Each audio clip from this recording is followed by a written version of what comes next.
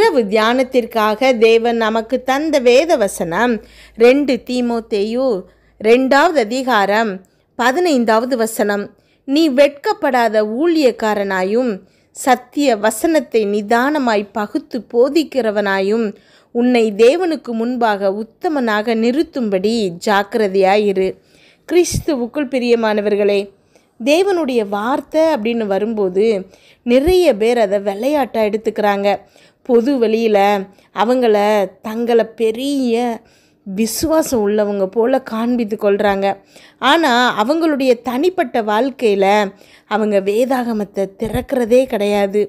பிறகு இக்கட்டான ஒரு சூழ்நிலை வரும்போது மட்டும் தேவனுடைய வார்த்தையின் மீது நிற்கும்படி அவங்க முயற்சி செய்கிறாங்க. முகங்குப்புற விழுந்து தோற்று போகிறாங்க. இதை குறித்து விளையாட்டுத்தனமாக இருந்தது போதும். விசுவாசத்தை சீரியஸாக எடுத்துக்கொள்வோம். விசுவாசத்தோடு தொடர்புடைய கிரியைகளும் அதில் சம்பந்தப்பட்டிருக்கிறது அப்படிங்கிறத நாம் உணர வேண்டிய நேரம் இது. கிரியைகள் இல்லாத விசுவாசம் செத்தது அப்படின்னு வசனம் சொல்லுது. உங்களுடைய விசுவாசத்தில் நீங்கள் உறுதியாய் நிற்கணும்னு விரும்புகிறீங்களா? ஆம் அப்படின்னா தேவனுடைய வார்த்தையை விசுவாசிப்பதோடு நின்று விடாமல் அதை உங்களுடைய கிரியைகள்லையும் வெளிப்படுத்தணும். முதல்ல நீங்கள் வேதாகமத்தை வாசிக்கணும். நீங்கள் அதை பல வழிகளில் வாசிக்க முடியும். நீங்கள் அதை வாசிப்பதோடு நின்று விடாமல் அதை ஆழமாக தோண்டி ஆராய்ஞ்சு பாருங்கள். வேத வசனங்களை தியானம் பண்ணுங்க. நல்ல பிரசங்கிகளோட போதனைகளை கேளுங்க. அப்போ தான் தேவனுடைய வார்த்தையின் வல்லமையை நீங்கள் உணர்வீங்க. நீங்கள் செய்ய வேண்டிய 2வது காரியம் என்ன அப்படின்னா, தேவனுடைய வார்த்தை பிரசங்கிக்கப்படுகிற இடங்களுக்கு செல்லுங்க. விசுவாசம் கேள்வினால் வரும் அப்படின்னு ரோமர் 10வது அதிகாரம் 17வது வசனம் சொல்லுது. பிரசங்கிக்கப்படுகிற தேவனுடைய வார்த்தையை குறித்து இது சொல்லுது. பிரச்சனைகளால் சூழப்பட்ட நிலையில் வாழ்கிறீங்களா? எல்லாவற்றையும் ஒதுக்கி வச்சுட்டு தேவனுடைய வார்த்தையில் நேரத்தை செலவழிங்க. பிரசங்கிக்கப்படுகிற தேவனுடைய வார்த்தையை கேளுங்க. நீங்கள் போராடி கொண்டிருக்கிற பிரச்சனையோடு சம்பந்தப்பட்ட எதையும் குறித்து பிரசங்கத்தில் உங்களுடைய போதகர் பேசாமல் இருந்திருக்கலாம். ஆனால் ஒரு குறிப்பிட்ட வேத வசனங்களில் உங்களுடைய சிந்தையை ஒரு குறிப்பிட்ட திசையில் தேவன் வழி நடத்தலாம். பல வாரங்களாக நீங்கள் போராடிட்டு இருந்த பிரச்சனைக்கு இந்த வசனம் மூலமாக முடிவு வந்ததை நீங்கள் பார்ப்பீங்க. 3வதாக நீங்கள் கேட்ட அந்த வார்த்தையை அறிக்கை செய்ய ஆரம்பிங்க. உங்களுடைய சூழ்நிலைக்கு தீர்வாக நீங்கள் பேசுகிற தேவனுடைய வாக்கு தத்தத்தை கண்டுபிடிங்க. அது உங்களுடைய வாழ்க்கையில் ஏற்கனவே நிறைவேறிவிட்டதை போன்ற உணர்வுடன் அதை சத்தமாக அறிக்கை செய்யுங்க. தேவனுடைய வார்த்தையை ஜாக்கிரதையோடு அணுகுங்க. அதை சீரியஸாக வாசிங்க. பிரசங்கிக்கப்படுகிற வார்த்தையை கேளுங்க. அதை அறிக்கை செய்யுங்க. நீங்கள் தேவனுடைய வார்த்தையை விளையாட்டாக எடுத்துக்கொள்ளலை அப்படின்னா பிசாசு உங்களை விளையாட்டாக எடுத்துக்கொள்ள மாட்டான். ஜெபிப்போமா. எங்கள் அன்பின் பரலோக தகப்பனே, இந்த முழுவதும் என்னையும் என் குடும்பத்தில் இருக்கிற ஒவ்வொருவரையும் பாதுகாத்தீங்கப்பா. உண்மை நன்றியோடு துதிக்கிறோம், ஸ்தோத்திரிக்கிறோம். இந்த இரவு வேளையில் நீங்கள் எங்களுக்காக கொடுத்த வசனங்களுக்கு நன்றி ஏசப்பா. எங்களோடு பேசியிருக்கீங்க. ஒவ்வொரு வார்த்தைக்கும் நன்றிப்பா. என்னோடு ஜெபிச்சிட்ருக்கிற ஒவ்வொரு பிள்ளைகளையும் உங்கள் கரத்தில் கொடுக்குறேன் அப்பா. அந்த பிள்ளைகளுடைய சூழ்நிலையை நீங்கள் அறிவிங்கப்பா. அவங்க முன்னாடி எவ்வளவு பெரிய பிரச்சனை இருக்குது, எவ்வளவு வருத்தத்தில் இருக்கிறாங்க அப்படிங்கிறத நீங்கள் அறிவிங்கப்பா. அமேன். இன்றைக்கு என்னோடு ஜெபிச்சிட்ருக்கும் போதே அந்த பிள்ளைகளுக்கு ஒரு விடுதலையை கொடுங்க ஏசப்பா. அமேன். ஒவ்வொரு பிள்ளைகளும் இப்பொழுது அப்பா இதை அவங்க உணரணும் ஏசப்பா. நீங்கள் அந்த பிள்ளைகளுக்கு நன்மை செய்கிறீங்கிற உணர்வு ஒவ்வொரு பிள்ளைகளுக்கும் இப்பொழுது வரணும்ப்பா. அமேன். கமெண்டில் ஜெபிக்க சொல்லியிருக்கிற ஒவ்வொரு பிள்ளைகளுக்காக ஜெபிக்கிறோம்ப்பா. எல்லாருடைய ரிக்வெஸ்ட் மெசேஜும் அப்பா நன்றி சொல்லுகிற மெசேஜை மாறணும்ப்பா. ஏற்கனவே நீங்கள் செய்த ஒவ்வொரு நன்மைகளுக்காக உமக்கு நன்றி செலுத்துகிறோம். அமேன். அப்பா உமக்கு முன்பாக உத்தமனாக நாங்கள் வாழும்படி ஜாக்கிரதையாக இருக்க எங்களுக்கு கிருபை தாங்கப்பா. உம்முடைய வேத வசனத்தை நிதானமாய் பகுத்தறிந்து அப்பா அதில் இருக்கிற உள்ளான அர்த்தத்தை அறிஞ்சு கொள்ளும்படி செய்யுங்க ஏசப்பா. நீங்கள் தந்த இந்த கிறிஸ்தவ ஜீவியத்தில் தோல்வி அடைஞ்சு விடாமல் வெற்றியோடு வாழும்படி அப்பா உம்முடைய கிருபையினால் எங்களை பலப்படுத்துங்கப்பா. அமேன். என்னோடு ஜெபிச்சிட்ருக்கிற நீங்கள் ஒவ்வொருத்தரும் தேவன் உங்களை எதற்காக தெரிந்தெடுத்தாருங்கிறத அறிஞ்சு கொள்ளுங்க. ஏதோ எல்லாரையும் தேவன் தெரிந்தெடுக்கிறது இல்லை. அமேன். அவருக்கு நேசமானவங்களை, அவருக்கு பிடித்தமான உங்களை தான் தேவன் தெரிந்தெடுத்திருக்கிறாரு. காரணம், அவருடைய நோக்கத்துக்கு நேராக உங்கள் வாழ்க்கையை நகர்த்தணும் அப்படிங்கிறதுக்காக. இன்றைக்கு நீங்கள் ஏதோ ஒரு தேவைகளுக்காக அதை சரி செய்யணுங்கிறதுக்காக தேவனை இறுக பற்றி கொண்டிருக்கலாம். ஆனால் அந்த தேவைகள் சரி செஞ்சதுக்கப்புறமும் நீங்கள் தேவனுக்கு தேவையாக இருக்கிறீங்க. அவர் பக்தி உள்ளவனை தனக்குன்னு தெரிஞ்சு கொண்டாராம். இன்றைக்கு உங்களுடைய பக்தியினால தான் தேவன் உங்களை தெரிந்து கொண்டிருக்கிறாரு. ஆமென்.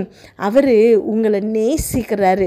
அதே மாதிரி நீங்கள் அவரை நேசிக்கணும் அப்படின்னா வேதத்தை வாசிங்க.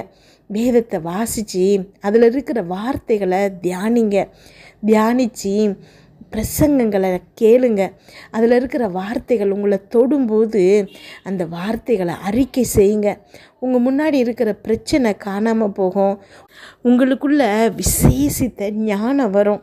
இந்த ஞானம் வரும்போது இந்த உலகத்தில் எதை குறித்தும் யாரை குறித்தும் நீங்கள் கவலைப்பட மாட்டீங்க. உங்கள் வாழ்க்கை ஒரு உன்னதமான வாழ்க்கையாக மாறிடும். எல்லா சூழ்நிலைகள்லையும் மனரம்மியமாக வாழ பழகிக்கொள்ளுவீங்க. ஒரு காருக்குள்ளே நாம் இருக்கும்போது அந்த காரு குண்டு தொலைக்க முடியாததுனால செஞ்சுருக்காங்க அந்த கண்ணாடிகள். இது எதையுமே தாண்டி எந்த துப்பாக்கியோட குண்டும் உங்களை தொட முடியாது அப்படின்னா நீங்கள் எதற்கும் பயப்பட மாட்டீங்க. எந்த ஒரு கன்னுனால் யாராவது நம்மளை சுற்றுவாங்களோ, யாராவது துப்பாக்கி எடுத்துகிட்டு வந்து நம்மளை கொலை செஞ்சுருவாங்களோ அப்படின்னு சொல்லி நீங்கள் பயப்பட மாட்டீங்க. ஏன்னா நீங்கள் உட்கார்ந்துருக்கிறது குண்டு தொலைக்காத ஒரு காரு. இது குண்டை மட்டும் வச்சு இல்லை, நீங்கள் தேவனுடைய விசேஷித்த ஞானத்தை பெற்றுக்கொள்ளும்போது உங்கள் வாழ்க்கையில் எது வந்தாலும் சரி, எந்த மாதிரியான கஷ்டம், பொருளாதார பிரச்சனைகள், நோய்கள், குடும்பத்தில் உள்ள தகராறுகள், கணவன் மனைவி பிரச்சனைகள், பிள்ளைகளுடைய வாழ்க்கை, திருமண வாழ்க்கை, குழந்தை பாக்கியம், கெட்ட பழக்க வழக்கங்கள், சுற்றி இருக்கிறவங்க அவமானப்படுத்துறது, கேவலப்படுத்துறது, இன்னும் எத்தனை பிரச்சனைகள்னாலும் சரி நீங்கள் அதை பார்த்து பயப்படவே மாட்டீங்க. ஏன்னா நீங்கள் உட்கார்ந்துருக்கிற இடம் உன்னத தேவனுடைய மடி.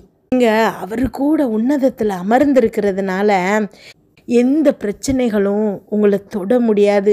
நீங்கள் எதை குறித்தும் பயப்பட மாட்டீங்க. வீணான கவலைகள் உங்கள் இருதயத்தில் வராது. எந்த சஞ்சலமும் தவிப்பும் உங்களை ஆட்கொள்ளாது. உங்கள் இருதயம் எப்பொழுதும் ஒரு சமாதானத்தோடு இருக்கும். நீங்கள் அவருக்குள்ளே எப்பவும் சந்தோஷமான ஒரு உன்னதமான நிலையில் இருப்பீங்க. தேவன் நீங்கள் அந்த நிலைக்கு வரணும்னு தான் ஆசைப்படுகிறாரு. அதுக்கான வழிகளை தான் நாம் இன்றைக்கு கேட்டிருக்கிறோம். ஆமென். நன்றி அப்பா, ஸ்தோத்திரம் ஏசப்பா. என்னோடு ஜெபிச்சிட்ருக்கிற ஒவ்வொரு பிள்ளைகளுடைய இருதயத்திலையும் அப்பா நீங்கள் இன்றைக்கு கொடுத்த வசனமும் நீங்கள் இன்றைக்கி கொடுத்த வழிகளும் அப்பா உறுதியாக எழுதப்படணும் ஏசப்பா. அவங்க இது எல்லாத்தையும் பின்பற்றி உம்முடைய விசேஷித்த ஞானத்தை பெற்றுக்கொள்ளணும் ஏசப்பா. இந்த உலக வாழ்க்கையில் வரக்கூடிய அத்தனை உபத்திரவங்களும் லேசானவைகள்ங்கிறத அறிந்து கொள்ளணும் ஏசப்பா. எதை குறித்தும் பயப்படாமல் சந்தோஷமாக உமக்குள்ள சந்தோஷமாக இருக்கணும் ஏசப்பா. நிறைய பேர் எனக்கு தூக்கம் வரலை, சொப்பனங்கள்னால பயப்படுறேன்னு சொல்கிறாங்க ஏசப்பா. நீங்கள் அவங்க கூட இருக்கும்போது எப்படி பிசாசானவன் பயமுறுத்தினா கூட உம்முடைய கரங்கள் இந்த பிள்ளைகளோடு இருக்குது அப்படிங்கிற உணர்வு இருக்கும்போது எதை குறித்தும் பயப்பட மாட்டாங்கப்பா. இன்றைக்கு ஒவ்வொரு பிள்ளைகளுடைய இருதயத்திலும் அந்த உணர்வு வரணும்ப்பா. ஆமென். எந்த பிரச்சனையும் என் தேவன் முன்னாடி என்னை ஒன்றுமே செய்ய முடியாதுங்கிற அசாத்திய நம்பிக்கை ஒவ்வொரு பிள்ளைகளுக்கும் இப்பொழுது வரணும் ஏசப்பா. பயத்தை உண்டு பண்ணும் பலவீனப்படுத்தும் அத்தனை பிசாசின் கிரியைகளும் இப்பொழுது இயேசு கிறிஸ்து நாமத்தில் என்னோடு ஜெபிச்சிட்டு இருக்கிற ஒவ்வொரு பிள்ளைகளை விட்டு அகழுவதாக.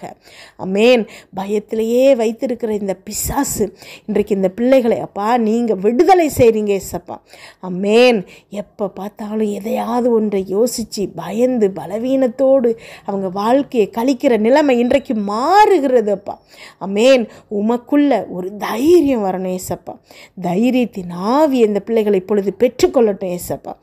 ஆமென். ஸ்தோத்திர ஏசப்பா. இன்று இரவு இந்த பிள்ளைகள் தூங்கும்போது சுகமான உறக்கத்தை கொடுங்கப்பா.